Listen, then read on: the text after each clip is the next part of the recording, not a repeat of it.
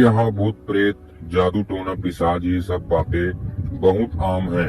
शायद शहरों में ये सब ना सुना जाए या फिर इस बात पे कोई गौर नहीं करता, लेकिन कुछ गांव आज भी ऐसे हैं जहां भूतों का राज चलता है। प्रेतों को मनाया जाता है और बुलाया भी जाता है। कुछ जगह पे तो भूतों का डेरा होता है, वहां आम इंसान का जाना मतलब कभी वापस न आने के बराबर हो जाता है। कुछ खंडहर और हवेली आज भी वीरान पड़े हुए हैं, क्योंकि वहां भूतों का डेरा है, प्यासी आत्माओं का वास होता है वहां। ऐसी ही एक हवेली थी चंदनगढ़ में। सुनी हवेली के नाम से सब जानते थे। गांव में सबको पता था कि वहां भूतों का डेरा है, इसलिए वहां आसपास भी कोई नहीं जाता था। भेड़ बकरियां चराने वाले भी उसके पास नहीं भटकते थे। जानवर भी दुबक के भाग जाते थे। इस हवेली में एक बहुत ही जालिम शिकारी रहता था। वो जानवरों का शिकार करते करते कभी इंसानों को भी मार देता और जानवरों ने शिकार की ऐसी खबर फैला देता। लोगों को जब ये बात पता चली तो सारे गांव वालों ने उसको मिलकर मौत के घाट उतार दिया। लेकिन बात यहाँ खत्म नहीं हुई। उस शिकारी की आत्मा उसी हवेली में वापस आई और उसकी खुद की तस्वीर में जाके छुप गई। जब उस शिकारी के हवेली के हिस्से मांगने वाले उसके रिश्तेदार वहां आए तो उस जालिम शिकारी की आत्मा ने सबको मौत के घाट उतारा और सब के काटे हुए सिर को बाहर रास्ते पे फेंक दिया, ताकि सब लोग समझ जाए कि शिकारी अब लौट आया है। इस बात को कई साल बीत गए। अब तो वहां ना कोई हवेली थी ना कोई शिकारी। इतनी साल बीत जाने के बाद सब कुछ तहस नहस हो गया। बस कुछ पत्थर और टूटी हुई दीवारें उस हवेली की मौजूदगी बता रही थी। लेकिन गांव वालों का मानना है कि जिसकी कुंडली में वो योग होता है वो हवेली उसको नजर आती है। ये बात कहाँ तक सही थी ये तो वही लोग जानते थे। हवेली अब तक ना तो किसी को देखी थी ना वो डरावने शिकारी का खूनी भूत। अमावस्या की रात थी, बारिश भी बहुत जोरों की होती। शहर से कुछ लोग चंदनगढ़ के रास्ते शहर जा रहे थे। बारिश इतनी ज्यादा थी कि सामने का कुछ दिखाई नहीं रहा था। उनकी गाड़ी उस खूनी हवेली के सामने से गुजरी। सामने पूरा अंधेरा था, बिजली नहीं थी। बिजली जैसी ही आसपास में चमक रही थी वो हवेली और भी ज्यादा भयानक लग रही थी। एक बिजली जोर से कड़की, उसकी आवाज से गाड़ी में बेअक्सर लग रहा। ड्राइवर बोला, साहब वो सामने कोई घर दिख रहा है, वहाँ थोड़ी देर रुक कर फिर सामने चलते हैं। वैसे भी बारिश बहुत ज्यादा है, मुझे गाड़ी चलाने में तकलीफ हो रही है और रास्ते भी नया है। कुछ और परेशानी ना हो इसलिए यही रुक जाते हैं। सब राजी हो गए तो ड्राइवर ने गाड़ी उस हवेली के तरफ घुमाई। बहुत ही शानदार थी वो हवेली। गाड़ी में 3 लोग थे। गाड़ी से उतरकर सामने पार्किंग में खड़े हो गए कि हवेली का बड़ा सा दरवाजा खुल गया। अंदर धीमी सी रोशनी थी और ऊपर सीढ़ियों से एक बूढ़ा सा आदमी हाथ में लालटेन लिए उतर रहा था। उसको आते ही सागर ने पूछा, भैया क्या यहाँ हम थोड़ी देर रुक सकते हैं? बारिश बहुत है और हम यहाँ नए हैं। उसने बिना कुछ बोले सिर्फ अपनी गर्दन हिलाकर हामी भरी। वो तीनों लोग अपना जरूरी सामान साथ में लेकर बाकी का गाड़ी में छोड़कर उसके साथ हवेली के अंदर चले गए। बहुत ही सुंदर हवेली थी, जैसे बाहर से वैसे अंदर से। दरवाजे के अंदर जाते ही सामने ही सीढ़ियों के पास एक बड़ी सी तस्वीर लगा रखी थी। बड़ी सी मूछे और हाथ में तलवार और एक हाथ में पुराने जमाने की बंदूक। जैसे कोई महाराजा और बाबा क्या तुम यही हवेली में रहते हो और वो भी अकेले? वो बूढ़े ने सागर की आंखों में आंखें मिलाकर कहा, हाँ, ये इस हवेली का मालिक था। कई सालों पहले इसकी मौत हो चुकी है। मैं यहाँ देख भाल के लिए आता हूँ। आज बारिश की वजह से मैं भी जा नहीं पाया। सागर ने फिर से एक सवाल किया, वैसे मुझे ये बताओ, जब हम सब बाहर दरवाजे पर खड़े थे तो हमने देखा कि तुम सीढ़ियां उतर कर आ रहे थे, तो फिर से दरवाजा किसने खोला? वो बूढ़ा जैसे चौंका, लेकिन उसने जवाब नहीं दिया। उसने कहा, चलो मैं तुम सबको कमरा दिखा देता हूँ।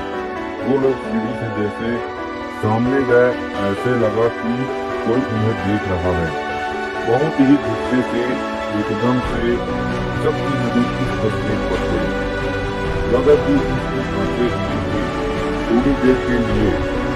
शायद सच का वहम था या सच, पता नहीं। वो थोड़े डर गए थे।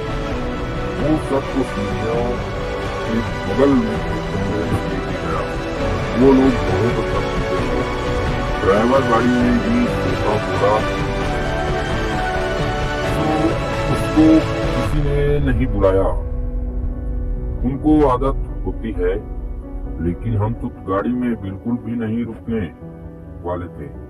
रमेश, सागर और शिरीष तीनों ने अपना सामान अंदर कमरे में रख दिया। वो इतने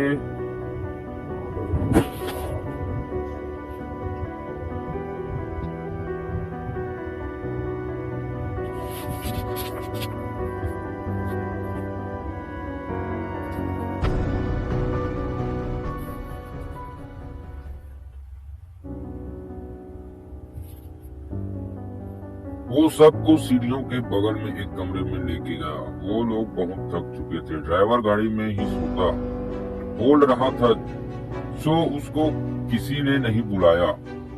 उनको आदत होती है, लेकिन हम तो गाड़ी में बिल्कुल भी नहीं रुकने वाले थे। रमेश, सागर और शिरीष तीनों ने अपना सामान अंदर कमरे में रख दिया। वो इतने थक चुके थे कि लेटते ही आंख लग गई। जगह नहीं थी, लेकिन बाहर बहुत ठंड थी और अंदर काफी गर्म था। कमरा शायद आधी रात का समय हुआ होगा। शिरीष एकदम से चिल्लाने लगा। बाकी दोनों दोस्त जग गए। शिरीष को कोई अपना सपना आया था। शिरीष बता रहा था कि उसने सपने में उस फोटो वाले आदमी को देखा और वो हम तीनों को मारने आया था। बाकी दोनों को ये मजाक लगा, इसलिए उन्होंने शिरीष को समझाते शांत किया। लेकिन फिर बाद में बिल्कुल वही सपना रमेश को भी आया और सागर को भी। उसके बाद सब डर गए। इतना तो समझ आ गया था कि एक ही सपना सबको नहीं आ सकता, कुछ तो गड़बड़ है।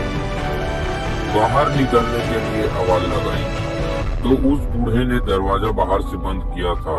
लग रहा था कि सबको जानबूझ के फंसाया गया। अब समझ नहीं आ रहा था कि आखिर क्या करे। डर के मारे सबको बड़ी जोरों से प्यास लग रही थी। सब में पानी लाया, जो एक ही घूंट में खाली हो गया। खिड़की से बाहर आवाज आई, लेकिन कोई जवाब नहीं आया। उनका ड्राइवर उनको सामने देख रहा था, लेकिन उसको उनकी आवाज जा नहीं रही थी। फिर शिरीष ने अपना मोबाइल उठाकर फोन करना चाहा तो नेटवर्क ही नहीं था। सब कुछ बहुत अजीब सा हो रहा था। अब उनके साथ आगे क्या होने वाला था ये कोई नहीं जानता था, लेकिन वो किसी बुरी जगह फंस चुके थे। ये समझ आ गया था। पूरा एक दिन और रात बीत जाने के बाद उनके रूम का दरवाजा खुलता है। बाहर पूरा सन्नाटा फैला था। जो बूढ़ा उनको मिला था उसके भी कोई पता नहीं था। तीनों दोस्त पागलों की तरह सारी हवेली छानने लगे, लेकिन बाहर जाने का कोई रास्ता नहीं था। सोचा, लेकिन इतना ऊंचा था कि हिम्मत नहीं हो पाई। ये सब क्या हुआ, यह सोच के वो वापस में झगड़ने लगे। बाद में सभी नीचे आ गए। सबको बहुत प्यास लगी थी। नल था, लेकिन उसमें पानी नहीं आ रहा था। सब जगह देखा, ना खाने का कुछ था ना पानी। अब सब थक के एक जगह बैठ जाते हैं। क्या करे, यही सोच के खुद पागलों जैसे बर्ताव करने लगे थे। शाम होने लगी। शाम होने लगती है। और उस हवेली के अंदर एक शैतान माहौल बनाना चालू होता था।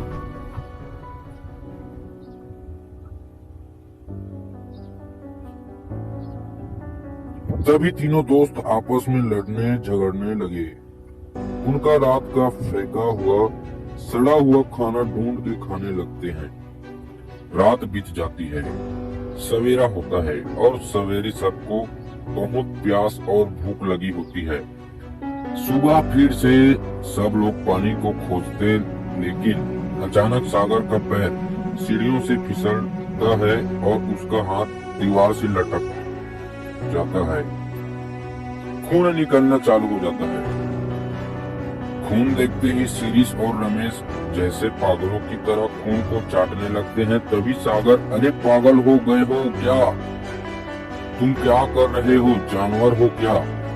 सागर की बात का कोई ध्यान नहीं देता, लेकिन खून चाटने से उनकी प्यास कुछ थम सी गई। लेकिन अब भूख की वजह से जान निकल रही थी। रात हो चुकी थी।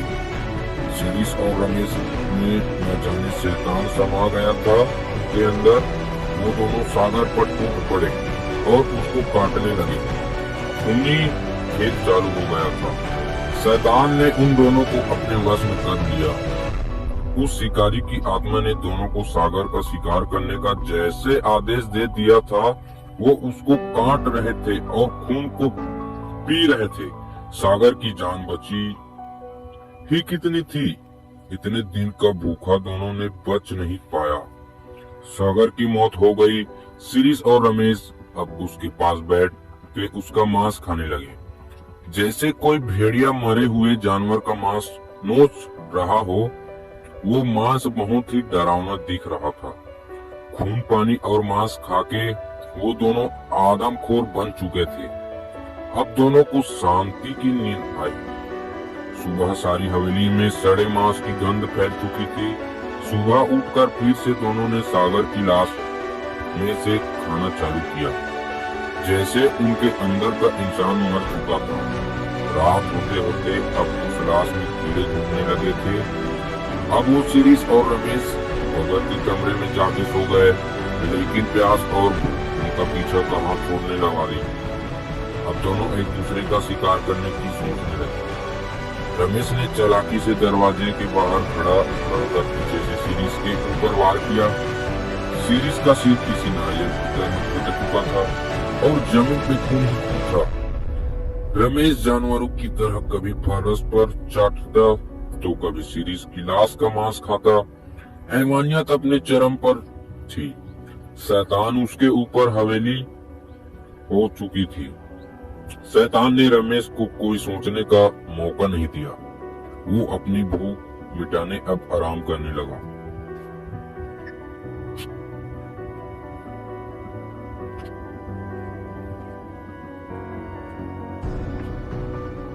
रात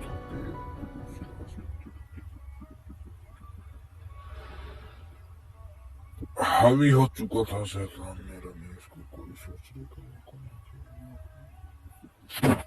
सुबह होने वाली थी। पहली किरण हवेली के अंदर पहुंची और दरवाजा खुल गया। हवेली का करहर जैसे सालों से बंद पड़ा था। रमेश अब ठीक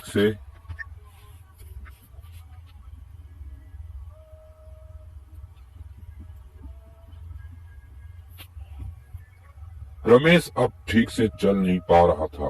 बाहर निकल कर देखा तो बारिश रुक चुकी थी। उसने उनकी गाड़ी देखी, वहां तक जैसे तैसे चल कर गया। दरवाजे पर जोर से हाथ मारा। ए ड्राइवर! ड्राइवर हड़बड़ा के उठा। चाची साहब दरवाजा खोल के बाहर आता है। वो रमेश को उठा के गाड़ी में बिठाता है। साहब, बाकी लोग कहाँ हैं? ड्राइवर ने रमेश से पूछा। रमेश रोने लगा। वो दोनों उस हवेली में, और जैसे ही गाड़ी की खिड़की से बाहर देखता है पूरा चौंक जाता है। वहां कोई हवेली नहीं थी, सिर्फ कुछ टूटी हुई दीवारें थी और मिट्टी के ढेर थे। सब कुछ समझ के परे था। खुद पागलों जैसे महसूस करने लगा था रमेश। तभी हम लोग यहाँ इतने दिन से फंसे थे उस हवेली में। तूने हमको ढूंढा क्यों नहीं? ड्राइवर, शंकर चिल्ला के ड्राइवर पे चढ़ने लगा। साहब, हम सब कल रात को ही तो यहाँ आए थे, सिर्फ बारिश के लिए रुके थे। ड्राइवर डर के बोल रहा था। अब मानो शंकर का खून सूख गया। उसके साथ पिछले 4 दिन से जो हो रहा था वो क्या था, सपना या कोई छलावा?